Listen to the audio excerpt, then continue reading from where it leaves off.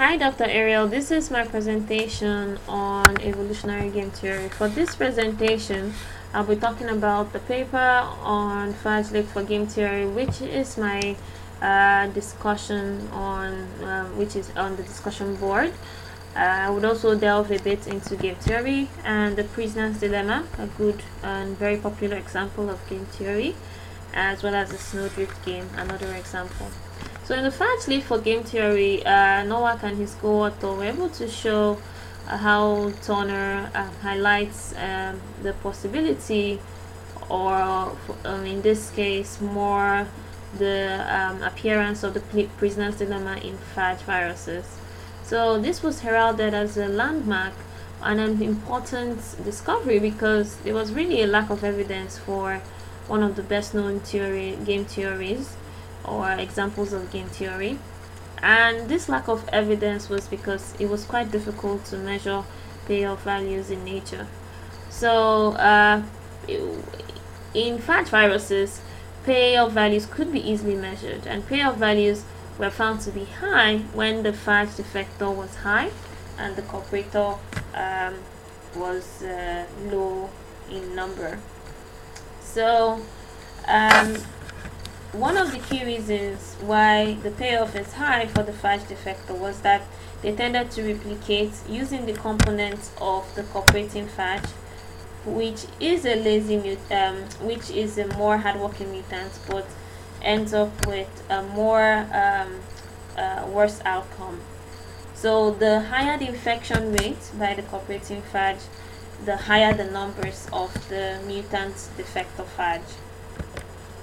So all this makes sense within the context of game theory, which helps to understand decision making when outcome is dependent not just on choice, as you could see with the cooperating and mutant phage, but also about the choice of the interacting individuals. So examples could be seen in the prisoner's dilemma, which we will talk about in very shortly, as well as snowdrift and the rock paper scissors games. So the prisoner's dilemma does start with a story about two suspects who were apprehended by the police and were interrogated in separate rooms. So the police, of course, suspect that these two individuals are responsible for a robbery, but they do not have evidence to convict them. But they could also, well, even because they resisted arrest, they could convict them or charge them with a lesser charge. So to be able to get the suspects to confess to the crime, they said, if you confess and your partner doesn't, then you'll be released and your partner will be charged with the crime. So the temptation to decide to defect and of course go ahead and confess to get a zero payoff, which is 0 time spent in jail, is quite high. And as you begin to look at the table, these are the outcomes to be expected from not confessing on the suspect's part. Suspect 2's part will get, he has 1 year term and 1 year term for both of them if they were not to confess. So if suspect 1 was to confess and suspect 2 does not confess, then 0 and 10, so suspect 1 ends up doing no time. And the same thing here happens here if suspect 1 confesses, suspect 2 does not. Suspect 2 though has 0 time in jail, while if both were to confess, both of them would have 4 years. So the prisoner's dilemma states that the temptation to defect, which in this case is to confess, is quite high and is greater than the reward, which is -1 if they were to decide to cooperate. So the snowdrift game is a bit different. In the snowdrift game, it is also illustrated by a story. In a snowdrift game, it talks about two drivers who are stuck in the snow during a snowstorm, and what if one of them was to shovel while one of the other drivers was to just sit in his car and relax?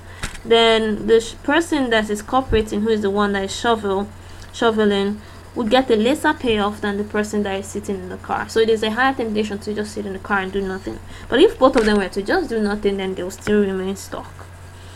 So it really it would seem that there is a little bit of difference, because they really have to do something about their situation. um, and in this case, what makes it different though is that in the Snowdrift game, the payoff, when doing defection or cooperation, is a bit different. So even though the temptation to defect is higher than the reward, the sucker's payoff, which is what the cooperator receives, which in this case is if the person that decides to shovels while the other person defects, is greater than the punishment which both of them would receive if no one was to do anything.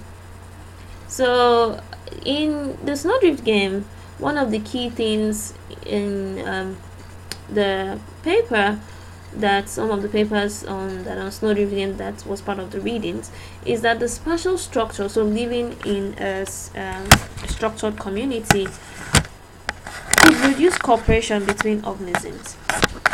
So it was kind of very interesting to look at that part of the paper on Snowdrift, but it wasn't also very understandable. So